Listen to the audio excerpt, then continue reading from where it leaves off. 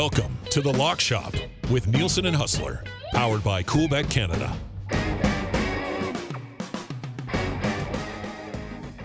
What's going on, everybody? Welcome to The Lock Shop. Dusty and Huss with you on The Lock Shop today right here on Edmonton Sports Talk. We got a tough show to follow up. The hangout today was absolutely outstanding. Huss, did you catch any of the hangout today? You know what? I popped in a couple times. I had a bunch of things going on and was pre-taping, so I didn't get to catch a lot. I'm definitely going to check it out at length later on after WST today. But how did it go? J-Rock in the house. J-Rock, Jonathan Torrens, and Alice Moran were on, and they were both absolutely hilarious. Like, you know, when you can just tell people who are like comedians for a living. Like they were just, I was just sitting here watching it, just killing myself laughing.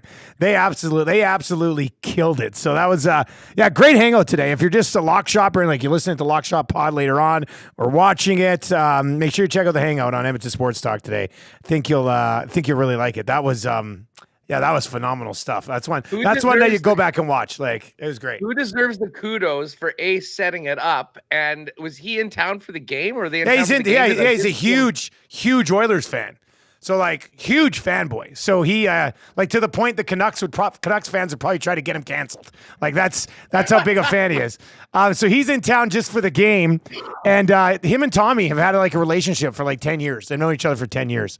So Gazzola lined that thing up, and he brought Alice with him, and Alice was absolutely hilarious. She said a few things that probably won't ever be said on Edmonton Sports Talk ever again, but man, they were hilarious. So it was a fun hangout today. That was outstanding stuff. Yeah. Fired up for you guys to make that happen. And you know what? I think that's exactly what everyone in Edmonton needed today. Just a little laugh, right? Yes. Absolutely. Like, let's lighten things up a little bit. Let's breathe. Let's crack some jokes. And then get the game faces ready for tonight. I expect the fans will have their game faces on. They will be well lubricated and ready to go. And listen, the Oilers better be, because as we know, this is the series tonight. They win this one, they can get right back into it. And wow, that will make for an incredible stage on Saturday. If they don't get it done, the cup is in the house and the Oilers will be on the brink. So how are you feeling about the game tonight? I mean, I think they win. I think they win tonight. I think at home, the power play is going to get going at some point. Like the Edmonton Oilers power play is going to score a goal or two at some point. I think coming home tonight, I mean, I've been very impressed with how confident they all sound still, Huss. You know, like sometimes you get down 2-0, you got some guys who are banged up. You watch some teams, and maybe it's in the second round or wherever. Maybe it's different in the Stanley Cup Final, but sometimes you can look at a team and hear them talk and just go, oh man, they're defeated. Like they don't have, but I haven't sensed that with anything that these guys have said since they lost the last game. So I have faith in them. We'll get to the EST parlay and basically just running back what we set up for game 2. But they're going to come home. The place is going to be absolutely insane, barring some sort of like weird bounce early that ends up in the back of their net. I think they should come out and full control of this game in the early going. So I'm pretty confident in them getting one at home tonight. We'll see if it leads to a second one and the series gets back to 2. But I don't know if it has to be McDavid and Draisaitl putting the team on their back to get there. But I do know the power play will have to be involved somewhere or another. And I think the best thing, like if you're looking at positives coming out of the first 2 games, they may not have scored a power play, but it's a Stanley Cup Final and they had 7 power plays in the first 2 games, which is good. I mean, if the Oilers can keep getting 3 or 4 power plays a game, they're going to score goals and get themselves back into this series. So I might have a little bit more of an optimistic view than a lot of the fans that we've seen sort of texting in the last few days. But I mean, I don't know. You were with me in game 2. We both kind of liked them in game 2. Different view for you on this one tonight, or do you still think the return home may be enough? Oh, listen, I mean, I think the Oilers, I mean, if you look at the first 2 games of the series, I mean, I think this series should be 1-1. Now, did Florida flex in, late in that game and play an incredible matchup and really eliminate pretty much any high danger scoring chances for Edmonton at 5-on-5? Yeah, they did. But I've seen enough of this Oilers team from the other side to realize that it's easier said than done to do that night after night after night. And I expect the best of Connor McDavid. I think Leon Draisaitl will come up with a strong game. And like we said before, it can't just be those guys, though. And I think the energy of that building is going to, make every single player in an Oiler uniform rise to the occasion, play like the situation calls for. Your backs are against the wall in the Stanley Cup Finals. Go out and win a hockey game. So I actually do feel good about this game tonight. I mean, it would be crazy to me to think that this series could be 3-0 at the end. Now, It happened last night in the NBA. So it's not like if the Florida Panthers came in and won this game, would it be an absolute shocker? No. I mean, they're only plus 116 on the money line. But I think there's a lot of reasons to like Edmonton. And listen, I'll just go back to the way they've looked in similar situations earlier on in the playoffs. Down 3-2 to the Canucks. Down 2-1 to the Dallas Stars. They responded with their best games of the playoffs. So guess what? It's time to do it again tonight and they get back into this series. All right, well, let's dive into this game a little bit more. There's lots of other things that we're going to get to. We got week 2 in the CFL begins tonight with the Bombers obviously in action. We'll get to that. U.S. Open update. We'll definitely get into that as well. Talk maybe a little bit about the finish of that Dallas-Boston game last night. We got to get to the Joey Chestnut, Kobayashi stuff obviously as well. Do you want to get to any of that right now or should we keep going with the hockey game for now? Well, let's finish the hockey game. Okay. However, I will just mention that for our first round, matchup parlay, we are right now in a sweat because we went against Tony. Tony's coming up big right now. Aberg's been amazing. Cantlay's leading at 5, but Oberg and Finau are both at 3 under par right now on the 18th hole. So I would be paying close attention over the course of this next 10 minutes or so to what is happening right now on the 18th. I would love to see Tony par and Oberg get a birdie, and then it's just a clean win. I would prefer bogeys for neither player because I'm fans of both, but it's pretty impressive that those guys are where they are, and obviously Cantley's 65 because it has been a graveyard, as expected, for a lot of other players, some massive numbers, but we can get back to that in a minute. I imagine you guys have cooked up an EST parlay for tonight. We do have the EST parlay for tonight, if you want to ride with us there. And I know I see Jake over in the Nasty Chat saying, hey, let's put together a Nasty Chat parlay tonight as well. Ooh, what's this? Winnipeg Sports Talk parlay for the CFL tonight, too. I like that. We'll get into that. And you know what? While I bring this up right now, just because you were asking me if I like Aberg birdie, Winnipeg birdie from Aberg on 18. Oh, there we go. That's it. That is exactly what we needed. All right, Tony. Tony, just get that par. Take the par. Had a great round. It's still a good day. It's still a great Thursday at the U.S. Open. Take the par. Know what? If Jake is there, and I don't know, maybe we just put this into the lock shop parlay or a second WST parlay, but we have polled everyone, and despite the fact that it does feel dirty to cheer for the Oilers, the vast majority of people in Winnipeg Sports Talk are polling for Edmonton. Thanks WST. So I'm thinking that we may need a banger tonight because we have the Oilers playing, we have the Bombers playing, and we have the Seabears playing tonight. Now, we're going to get to these CFL picks. I can't believe that the Bombers lose Kenny Lawler and lose Brady Oliveira, and the line is actually now at 7. What's up with that? People haven't seen Ottawa yet. Everyone expects the Bombers to be better, which I do as well. But, man, that's a big number to cover on the road. So that'll be a little tease. I don't feel good enough to put the Bombers spread on this, but I'm just looking right now. Oilers money line is minus 136. The Bomber money line is minus 312, which is still way too much, but whatever. And the Seabears money line is plus 115. We put those together at plus 393 with a little boost. We get that into over the plus 4-1. So I wouldn't mind being able to throw that one out to the peeps on Winnipeg Sports Talk today. Jake's on it. Jake's already on it. He's got the eyes on it. Yeah, Jake, you just let me know if that's going to be in the WST section or in the lock shop section. And Edmontonians, if you're feeling the Bombers, and I will say this about the Seabears, 1-2 on this road trip. They did just sign the guy that was second in MVP voting behind Teddy Allen. They're 2.5-point dogs tonight and plus 115 on the money line against Vancouver. I think they win. Pretty sad that the Sea Bears need to build a super team in the CEBL to win, bringing two MVP candidates together. Pretty pathetic. It was amazing. Yeah. Where have we seen that done before? It was hilarious. I did get someone in the mentions going, "This is brutal. The Sea Bears are the Golden State Warriors of the CEBL." Well, they're about 500 right now, so let's maybe pump the brakes a little bit. Hey, but that's a win for the CEBL to have somebody comparing anything to something that Golden State did. You know what I mean? Like, that's pretty good. No, I am with you on that. So yeah, it'll be a fun night. I'm really looking forward to this football game this evening. We'll get to the CFL a little bit later on. And there was Tony. Now, was that for birdie or was that for par? Just rolled one in. Tony bogeyed. Unfortunately, still 2 under. Great round. But Patty, check for Pat. So what do we have left? Now I've got Straka against JT Poston. Yeah, and I've got Harry Higgs against Brandon Wu. And I'm just going to threw Harry Higgs in one of my other lineups. Let's see here. Just going to see. I don't think those guys tee off until a little bit later. Yeah, Sepp Straka and JT go off in 20 minutes. Okay, good. And I think Harry Higgs has a late tee time. Yeah, Harry and Brandon Wu go off at 1:30. So, Patty, well done.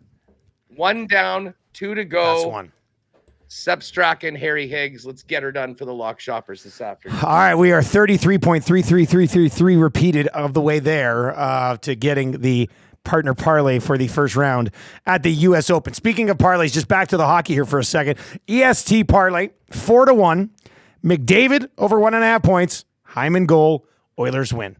Like we've been talking a lot, the Oilers need to get to the front of the net and cause some issues for Bobrovsky.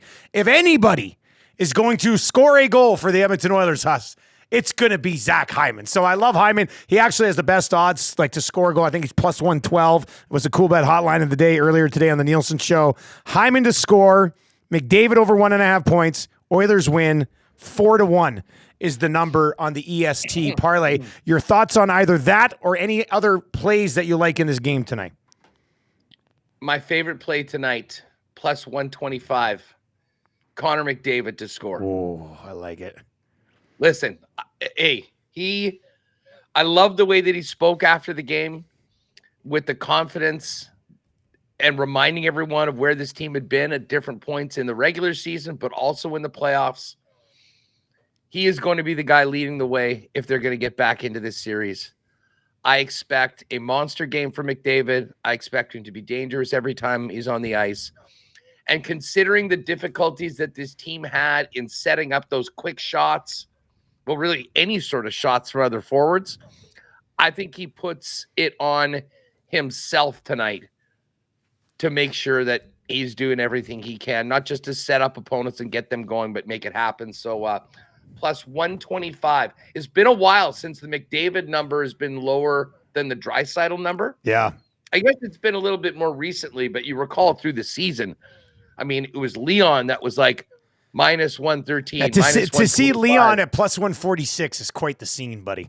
Well, and, you can maybe speak to that. There is a lot of speculation that Draisaitl might not be fully. I mean, no one's 100% right now, but sort of back at. But listen, he was the first one that said, I need to be better. We all need to be better, but started with himself. Starts with me, yep.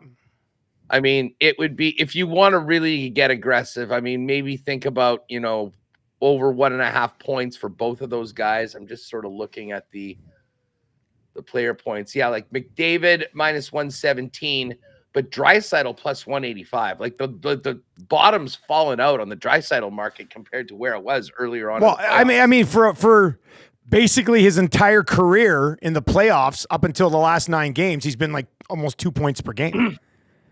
Last 9 games, he only has 5 points. So that would be why we're sitting here looking at a Leon Draisaitl number right now at plus 185. Huss, let me ask you this on this game, because we're going to get into it on 2 guys and a goalie coming up at noon here on Edmonton Sports Talk today as well. With last change here in Edmonton, if you're Chris Knobloch, are you trying to get McDavid as far away from Barkov as you possibly can and put the Draisaitl line out against him? Or how do you think that changes it? We haven't dove into it. I'm going to get into it with Cass and Gager, how much home ice might change things here. Well, I'm just trying to think. Has Maurice been – Maurice is a big line matcher. I mean, I guess it seems like Barkov's been out there most of the time when McDavid's been out there. They haven't scored any goals. I mean, I think it would be prudent to try to get some different matchups and see how things go. Now, I think that when you throw McDavid out there, you got the best player on the ice, and you should be able to control play, which I think they have for a good period of time. It just hasn't entirely ended up with scoring goals. So, like, I don't know whether it's life or death, and they need to be like cutting his shift short just because Barkov is out there. But put it this way, anytime you get the opportunity where there's an icing or something like that, you've got one of those other units off. I think it would serve the Oilers well to get Connor out there. I mean, some different matchups and some different looks can only be a good thing considering the way the team got bottled up in Game 2. The total for Game 3 tonight of the Stanley Cup Final, once again, sits at 5.5. The over -105, the under -116. So a slight edge, slight lean towards the under 5.5 here. Huss, we were both leaning over 5.5 in Game 2. What's the thought process right now on this 5.5 for Game 3? Well, full disclosure, I probably won't touch this total. I just find these games, like, it's kind of one way or the other. And funny enough, even in a game that was so tight in Game 2, it still was 4-1, and we were very close to hitting the over in the back end. Like, I don't think the Oilers are scoring 5 or 6, but I still think that if I had to pick, I think I still take the over in this one. I mean, sooner or later, this team's going to score goals. It better be tonight. And I think Florida's good enough and opportunistic enough that they're going to, pop in a couple as well. So whether we're talking about a 4-2 game, maybe with an empty netter, we could see it. I guess there is that possibility of that 2-2 getting into overtime, and then, you've lost either way. But I don't have a strong lean on the total. But if I had to make a pick, I think I'm going to still have confidence that the elite scorers on Edmonton are going to get the job done, and I think that pushes the total over 5.5. Yeah, I would be surprised if they get a ton of action on the total for this. But I would lean slightly on the over 5.5 as well. This just coming out, Paul Maurice confirming that both Barkov and Tarasenko are good to go tonight. So that's locked in. It looked like it was trending that way, but it's good to go now. What's the story on the Oilers side of things with Kane and with Nurse? No lineup updates of any sort from Chris Knobloch earlier this morning. Darnell Nurse did not practice at all yesterday, but they were talking about planning like he was going to play tonight. And then Evander Kane, we'll just have to see. I mean, he was out on the ice briefly, had a talk with Knobloch yesterday, and then left. So we'll see with both of those guys coming up tonight. I think one of the most fascinating discussions that we'll continue to get to on Two Guys and a Goalie today is, you go into this game against Florida tonight, Huss, and the Oilers used to go 11-7 all the time. But since Knobloch took over, they've kind of gone away from the 11-7. I think they are deeper up front than they were during the Woodcroft era for sure. But how risky is it if you just run 6D tonight and midway through the first period, Darnell Nurse realizes that, shit, he can't go, or he gets re-injured and it's even worse, and then you're rolling 5 defensemen the rest of the way in a game that you absolutely have to have. One of them is Broberg, he's been playing well, but doesn't have a ton of playoff experience. And the other one is Desharnais, who you took out of the lineup just a few games ago to get Broberg in. So I have some time for the discussion of you dress all 7, you run 11-7 up front. All it means is more McDavid and Draisaitl when it's all said and done in a game that you absolutely have to have. So I think you're playing with a little bit of fire here if you just roll out 6D tonight, and Darnell Nurse is one of them. Is Evander the guy that goes out if he can't play? And that would make sense. Perry? Well, you could take what you could do is go Evander Kane out, Corey Perry in, and then just Sam Carrick comes out probably, I would think, right? So, and then you just rotate McDavid and Draisaitl through your fourth line wingers with Brown and Matthias Janmark, or however it's going to look. So, I don't know. That would make sense. I mean, Carrick wasn't very visible with the exception of one particular play.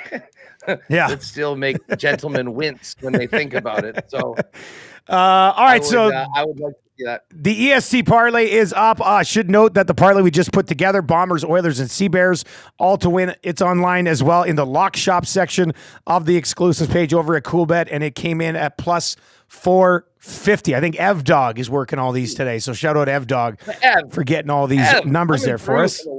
Yeah, that's nice. That was plus 394, bumped up to plus 450. So find all that in the exclusive page over at coolbet.com. And if you're not yet signed up for an account, use the code LOCKSHOP when you do. You can text us anytime. Let's do this. Let's do the $100,000 hole-in-one contest. Then we will get in to the Netflix dog off. Check in on the U.S. Open again. CFL Week 2 picks as well. I'll talk a little bit about the NBA game last night as well. But it's the $100,000 hole-in-one contest presented to you by Golf Town. $100,000 hole-in-one. We're going to give you the key word here. You'll text that in to 780-218-9999. And one of you will be one of our 4 qualifiers for today. And then out of those 4 people will win a spot in the $100,000 hole-in-one. Whether dad's a seasoned pro or just starting out, Golf Town has everything he needs to hit the greens in style, from clubs and apparel to accessories and tech. And if you can't decide what he wants, keep it simple. Get him the Golf Town gift card and let Dad choose from all of his favorite brands like Callaway, TaylorMade, Puma, Nike, Garmin, and more. This Father's Day, give the gift of golf. Visit them in-store or at golftown.com for more details. And the keyword on the lock shop today is Callaway. Callaway. Callaway. Text Callaway right now to 780-218-9999. And Zacticum will draw one of you randomly, and you will go into a draw where you have a 25% chance at winning a swing at $100,000 on a par 3 180-yard hole out of the ranch on July 3rd. Once again, keyword Callaway today. Hey, do you? So which games are you doing this week? I'm here tomorrow, and then flying to Vancouver Saturday morning. So back to back, Friday night here, Saturday 50 Cent. And then you're flying back to Edmonton. I'm flying back Sunday morning or Sunday late morning, I think. It's good. It's Father's Day. You got to be able to sleep in a little bit. I think that's why I actually scheduled my flight for like 11:30. I was like, you know what? A little sleep in on Father's Day, you know? You know what? Well, and Feinberg was on with me yesterday talking U.S. Open. And he had this incredible, he said, Remus, let me just say this to you and all the other dads out there. It's the final round of the U.S. Open. This is your day. You absolutely can staple your ass to the couch and watch every single shot and don't feel bad about it. Don't get intimidated by those hero dads who want to look great that are doing all those things. You've earned it. So Sunday, do not feel like this is the one day of 365 where it's all about you, Dad. And if you so decide to be literally horizontal with a 12-pack within arm's reach, watching that U.S. Open and everything else, go for it. And I could see that being in your mix, although I know you'll have a wild scene to come back to when you do return. Yeah. It's, you know what? It's funny because like for the last couple Father's Days and then my birthdays, Tammy and the kids will give me like little gift certificates that say like 1 day off of being a dad, like hang out in the basement all day if you want, play video games, do whatever. And then it's like, go golf with like no added guilt. But I can't use them. I've got like 6 of them sitting downstairs, but I'm always like too busy. And then I have a day off. I'm like, well, yeah, I'd rather hang out with the kids today. Like, so I'm stacking them up. And then you know what I'm going to do? I'm going to stack them all up. And then I'm going to take like 10 days where I'm just gone, just by myself, just chilling, you know? You know what? You may need to stack those up if we can make Super Bowl happen next year. Okay. That's it. Well, there you go. I'd pass that off as work trip. Daddy's got a work trip. Okay, you don't got to worry. You don't got to worry about that. That would be good. Well, maybe some other lock shop excursion that we can put together. We'll make that happen. Look at this Rod Z trend in the nasty chat. Teams in the Stanley Cup Finals down 0-2 are 9-0 as favorites in Game 3. Hello. Thank you, Rod. Go, Rod. Thank you, Rod. That's excellent. Pass along. That'll get Oilers fans fired up for sure. Huss, quickly on the NBA game last night. Luka fouls out with his team. They were down 21. They get to being down 3. And with 4 minutes left in the game, Luka Doncic fouls out. And basically, him fouling out determines the end fate of the NBA Final. Boston was going to win the championship anyway, but man, Dallas was making a run. That's a tough time to take a sixth foul. Yeah, that I mean, I guess, they don't want to call that. I'm sure if they look back, maybe if they could take away one of the first 4 or 5, yeah, change the thing. Yeah, but at that point, when your star player goes out with that much time left, in the situation they were in, it wasn't like they were up 15 and they just had to hang on. They needed to keep on scoring. And that's the thing about Dallas. I just can't help but think about what that team would look like if they didn't whiff so bad on Brunson and let him go to the Knicks. Like if the Mavericks had Brunson and Kyrie and Luka, I think that they go toe-to-toe with the Celtics. Celtics are good, though, real deep. They come up big at big moments right now. So, unfortunately, this series looks like it's going to be quick. And Zulu, if Zulu's in the chat right now. Zulu's there. Zulu is in the chat right now. I was thinking about Zulu last night and just watching the way this series has gone down. I am still pissed off about the Nuggets and the way they blew it in those final 2 games, especially the last game at home, because I do think that would be a very different story if it was the Joker and the Nuggets crew. I think they were the team that was going to be the biggest test for Boston, and I still think they actually could beat them. But the way things shook down in the West, this was I don't know whether Boston's ever going to really get the credit that they're going to deserve for how good this team is, because you think about their path to the finals in the East, and now, a quick series with a Mavs team that's been sort of beat up. It really has been an incredible year for the Celtics. And hey, bottom line is banners don't lie, but I do wonder how this playoff run and this entire NBA playoffs are going to be looked at a few years down the road. Could very much be a classic. Oh, the Celtics team that won it. Yeah, congrats to them, but who'd they play? Right, like you could get that. Yeah, I could see that. I could see that coming down the pipe. A couple of text messages: 780-218-9999. Safety Bob is in and says, "Guys, a buddy at work, a Florida fan, just gave me 20-1 odds that the Oilers will not win the cup. $20 bet for me. 400 coming my way." You kind of gotta get on. If somebody's gonna drop 20-1 on you, you gotta hop on that. Safety Bob, well done. You're learning. You're learning, Safety Bob. You're learning, man. I appreciate that. Good work. Good work. All right, Huss. There's 2 things definitely that I still want to get to. CFL Week 2. We're doing all of our picks today, or we're just going to do tonight and then get to the rest tomorrow? Actually, tomorrow I'm gone. Tomorrow I'm gone. So better get to them today. So we're going to do them today then. I guess we're going to do them today. I totally forgot. Yeah. So, okay. My picks are in. Yeah, I sent mine in already too. So. Yeah, well, the good thing is that we can put those in and then we'll see where we land, because I don't know what your picks are yet. Yeah. And maybe try and put together something that maybe doesn't include tonight's game. That's a good idea. That's a good idea. Other 3 games. Yeah, I like that. And we've got a little bit more time to have up on the site. Duck Dad. Some good stuff happening in the chat right now. That is a good one. I've tried those gambling helplines. Unfortunately, they didn't have any winners. Hey, stay cool, bet responsibly. Stay cool, bet responsibly, bet within your means. Just when you're with us, do it at Coolbet. All right, CFL Week 2 action, Huss. We mentioned it kind of a little bit earlier in the show, but this is fascinating that the Bombers are now a 7-point favorite. No Kenny Lawler. No Brady Oliveira.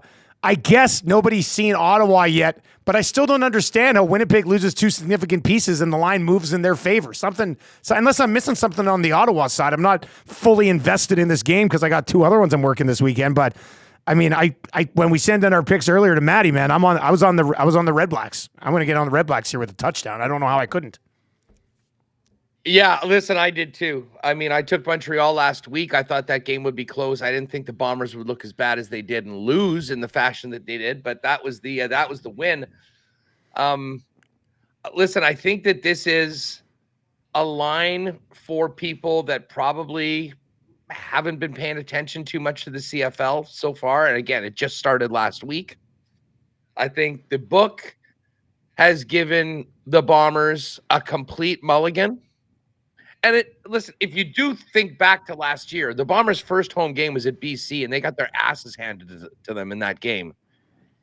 And then they ended up winning the next 8 at home for the rest of the year. So, I mean, panic time, absolutely not.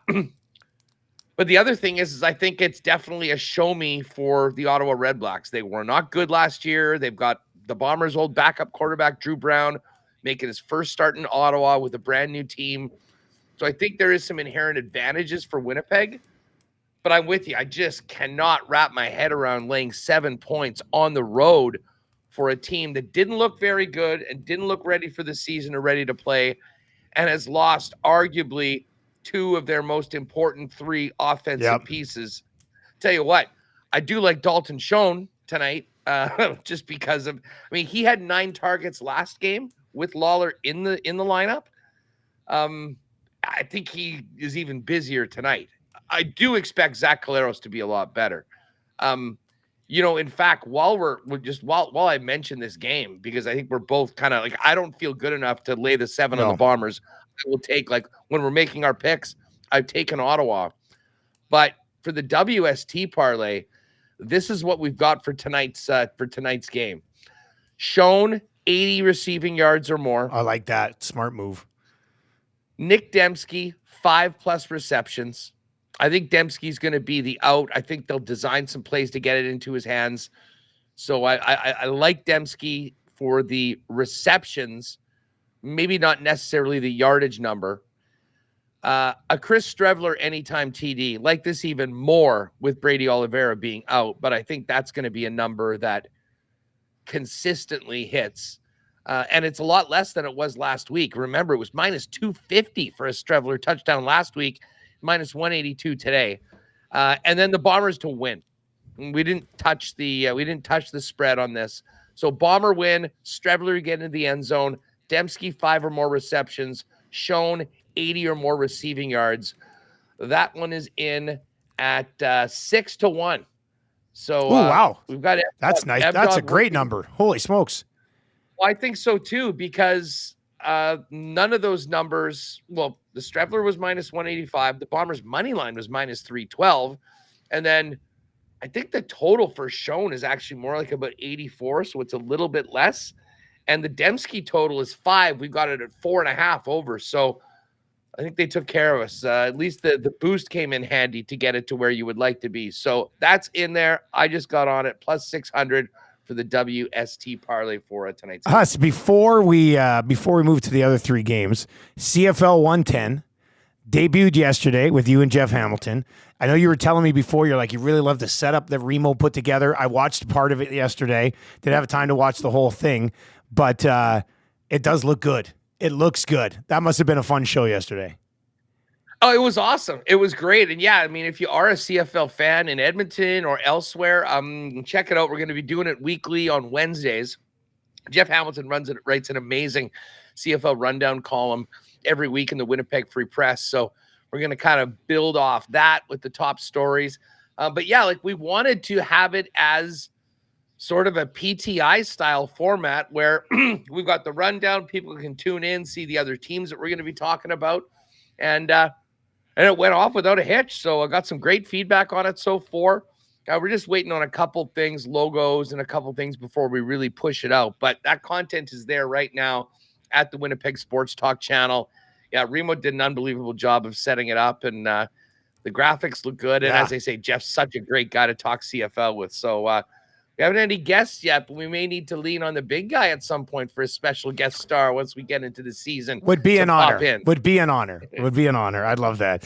All right, look, let's continue. Friday night in the Canadian Football League, the Edmonton Elks at home 5-point favorite or 5-point home dogs against the Montreal Alouettes. Alouettes obviously rolling into Winnipeg last week, picking up a convincing victory over the Bombers. They're now 5-point road favorites coming into Edmonton. Huss, I think when Maddie set these lines, because he told me, he's like, what do I do? We don't want pushes. I said, well, just move it. Obviously, I said, take it down half a point, and then we can go from there.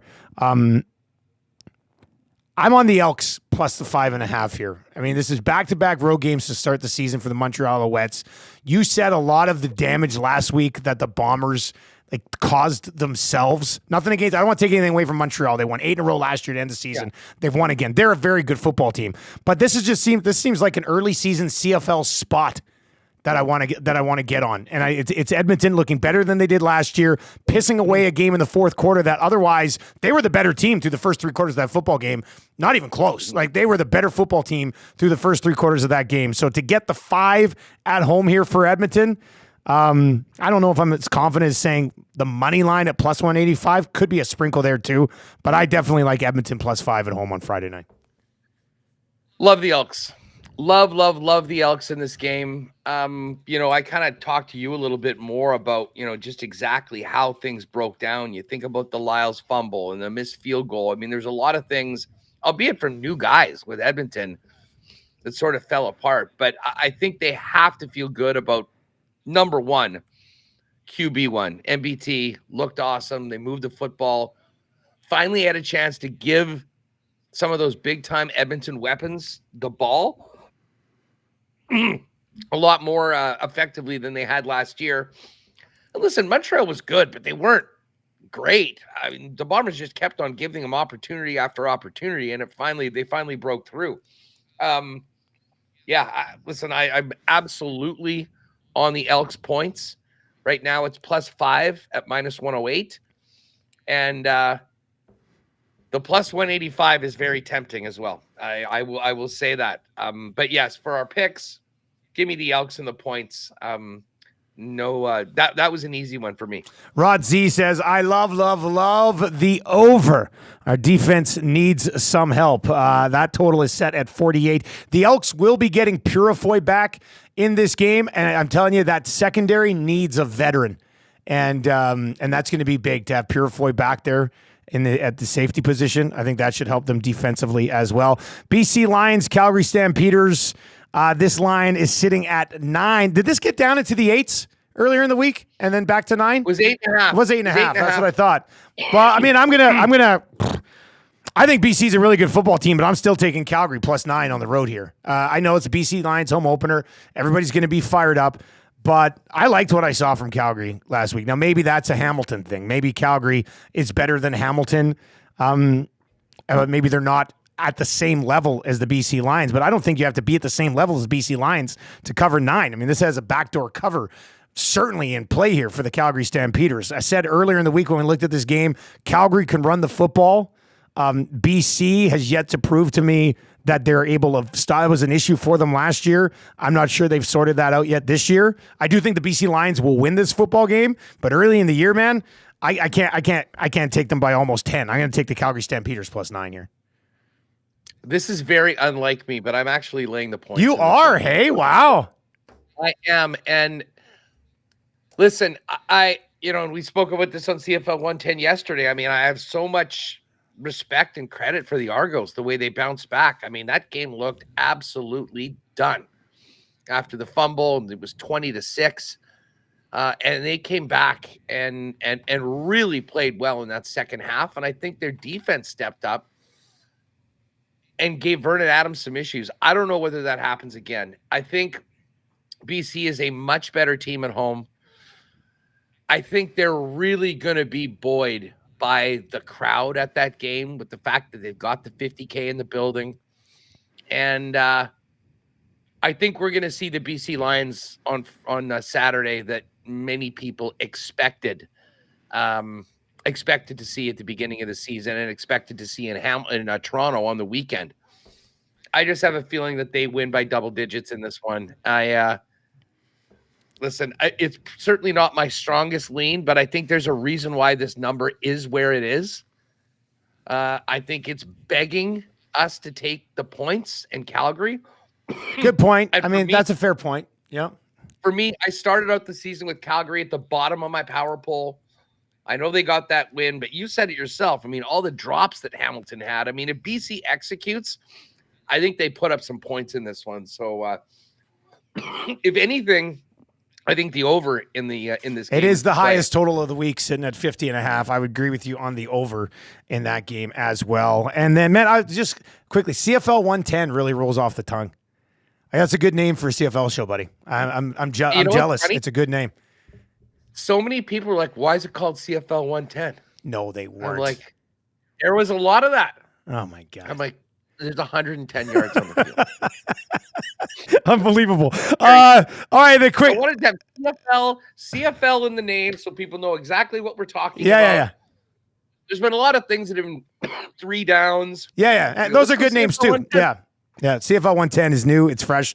I like it. Riders and Ticats. Games of pick 'em. Money lines -110 both ways. Riders -120 at +1. I liked what I saw from Saskatchewan when they really got going here against Edmonton last week. And maybe Hamilton going home. Bo looked fine. I didn't think Bo looked. Well, he didn't look like prime Bo, obviously. He's using a lot of touch on his passes. I don't think he was putting a lot into them. And maybe that's the reason for some of the drops. Mind you, those receivers just simply had to play better. The drops he's get out here. But I said last week, man, Roland Milligan, healthy and back for the Saskatchewan Roughriders, is a significant game changer for a defense that they added some pieces to. Jameer Thurman in the middle of that defense this year is going to cause some major issues as well.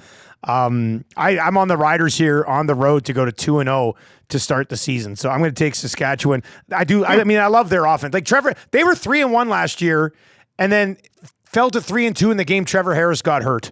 So last year they were 3-1 when Milligan was healthy and when Trevor Harris was healthy. AJ Ouellette is an upgrade on what they had at running back last year. And when you mix in Amelis and Byrne and this Jareth Stearns, who kind of arrived on the scene last year but looks to be just an excellent over-the-middle kind of slot guy. And then I didn't even mention Keon Schaefer-Baker. And they really like Keyshawn Johnson as well. They just didn't get to him last game, really. I think the Riders got some weapons, man. So I'm going to take the Riders on the road to beat the Ticats. I had a really tough time making this pick. I mean, it's a pick 'em for a reason. Yeah. I keep going back to the missed opportunities for Hamilton. And, if the receivers caught the football a little better, are we feeling the same way about the Ticats today? And the Stamps, for that matter, too. I got sort of a reason. I guess that sort of is part of my thinking with the BC Calgary game, but also for this one. I guess I'm going to wait to be convinced on the Saskatchewan Roughriders for a little bit longer. I think that the Ticats are going to have a nice home field advantage at this game. I think that defense with all the new additions, I think will be ready to go. And I really do think that the Ticat offense generates and just executes better in week 2 than they did in week 1. And I've got a lot of confidence in Milanovic as well. So again, this is a very tough pick. It is not done. If it was the confidence pool, it wouldn't be getting a big number.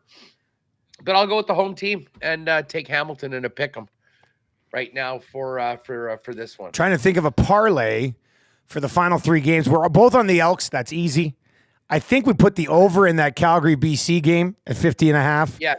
Any thoughts on the total in this Riders? I mean, I'm not going to die on the hill of the Riders here. You make a valid point on the Ticats and the drops that they had last week. Neither. I mean, yeah, that's the thing. So where do we come out on this total then at 48.5?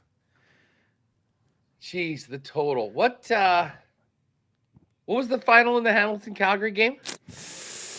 29-20. Let me bring it up. They all merge together when I'm doing 2 games in a weekend. Ticats managed to hang around enough to make it interesting. Let me bring it up. Oh, 32-24. Yeah, it was 32-24. I thought it was 29-22. 32-24. 32-24. And the Riders put up what? The Riders 29. put up 21 in the fourth quarter against Edmonton. Yes, exactly. I think I'd lean the over here. You know what? If you said you like the I over, think I like the over in this one. Like, I mean, like the Ticats, no the Ticats missed some spots offensively, but they did give up 32 points to Jake Mayer in the Calgary Stampeders offense. I definitely like the Riders offense better than the Stamps offense. And the Ticats missed some, like the Ticats should have had 30 points in that game as well. So, you know what? Let's say when in doubt, we're basically on the fence here. Yeah. We're on the fence on the total. We're on the fence on the pick'em.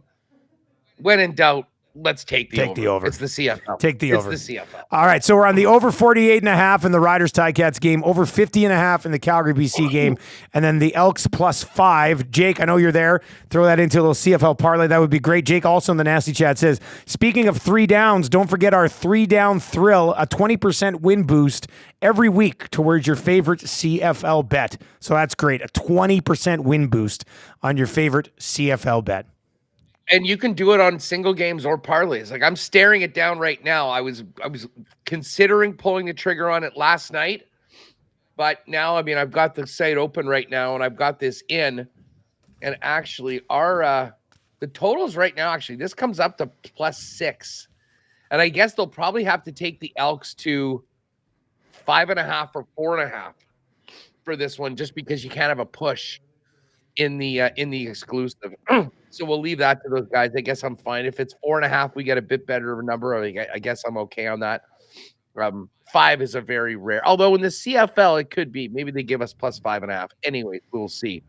But yeah, every week, if you're betting CFL, whether it be on a single game or on a parlay, you've got one opportunity to just click that green button for the 20% multiplier and get a nice bigger boost. And by the way, this is targeted more for people in our viewing area, in and around the peg.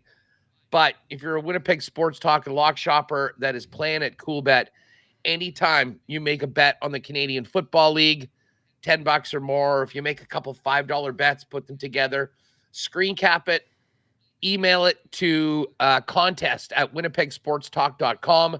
We'll be picking a qualifier every week for the next couple months, and then giving away a trip to the Labor Day Classic with myself, an awesome crew, and you will be on the Huss bus. So tickets, hotel, transport there, some great swag from both Coolbet and the folks putting on the tour. So again, contest@winnipegsportstalk.com. Screen cap your CFL bets, and maybe you will get a marble in the marble race that will determine who's coming to Regina. Huss, I know you got Winnipeg Sports Talk coming up. I'm devastated we didn't get to this Netflix thing today. I mean, but you got to be through the roof right now. Well, listen, my head is spinning. My head is spinning. I'm still wanting to know what the reality is. I'm definitely here for it. Again, this is a little bit like the fact that we're getting Kobayashi now after he just announced his retirement. It does feel a little like, Evander Holyfield fighting when he was 45 years old. Yeah. But we'll take it. I've already talked to a friend that has a bar here. I think we're going to do a big viewing party for it. We may do a special pregame and postgame stream for it. Maybe that'll be the reason you come out to Winnipeg, Dusty. Use some of those cards to come out and do a special. That'd be fun. A special stream on both things for the battle of it. But with all of this coming out right now, I still am holding out hope that the whole thing is a work. He still does the Nathan's contest, because the MLA people said that they were cool with him doing another this event, unsponsored hot dog contest. So much like the world of pro wrestling, we wait to see what will happen, and much like we'll wait to see what happens. U.S. Open, Pat Cantlay leading at 5. Ludwig Oberg came through for us. No one wants Cantlay. No, I know. He's at 4. Tony's at 2. And Colin Morikawa. When I checked before we did it, Dusty, Colin Morikawa was down at 3 over at birdies 17, birdies 18, gets back to even. Wow. He is going to be feeling great heading into round 2, where they'll be playing tomorrow afternoon. And expect more carnage of the Saft. It should be wild. But have a good one today. I guess we'll talk to one of the Coolbet boys. Maybe the both of them want to jump on tomorrow. We've got It'll be a fun show tomorrow, yeah. we'll be all over that. But we can take that behind the scenes. But good luck, Oiler fans, pulling for you tonight. And if you like the Sea Bears and the Bombers and the Oilers, we got that up in the Lock Shop exclusives today. Nice to have such a busy day. It was a great day. Yeah. All going, because it's been pretty quiet lately, but I'm here for it. But have a great time tonight. Enjoy it, and have some great calls on the weekend. We'll be looking forward to seeing you on the team. Thanks, buddy. Try my best, and we'll talk to you next week. Talk to you on Monday. There you go. That's us. Winnipeg Sports Talk coming up. If you've not yet checked out that CFL 110 that him and Jeff Hamilton dropped yesterday, anytime we can get more knowledgeable and entertaining CFL content, I'm here for it, and it's a great show. So you got to make sure you check that out. Speaking of great shows, Two Guys and a Goalie is on the way the afternoon of Game 3. We've got lots to get to. We'll get to your bigger and hotter headlines for Big Mama's and Papa's Pizzeria. We will dive into Hire It or Fire It for GS Construction on Two Guys and a Goalie. That's going to be coming up right away, right at high noon. So in about 3 minutes. If you're listening on TuneIn, iHeart, or at EdmontonSportsTalk.com, two things. One, stick around. You get a small dose of Whale and the Wolf, and then Two Guys and a Goalie at noon. Two, tell your friends how easy it is to consume our Edmonton Sports Talk content here in 2024. They can watch on YouTube, or you just download the free TuneIn or iHeart Radio apps and listen to us over there as well, or in our own audio player at EdmontonSportsTalk.com. Thank you very much for joining us today on the Lock Shop. Go grab all those exclusives, all those parlays that are on the exclusive page over at Coolbet. Good luck tonight. And the boys, I'm doing the morning show tomorrow, and then I'm going to scoot out and get some prep done and get some rest before the Elks game. So they'll have a good show for you tomorrow. I'll be up with Two Guys and a Goalie here right away on Edmonton Sports Talk.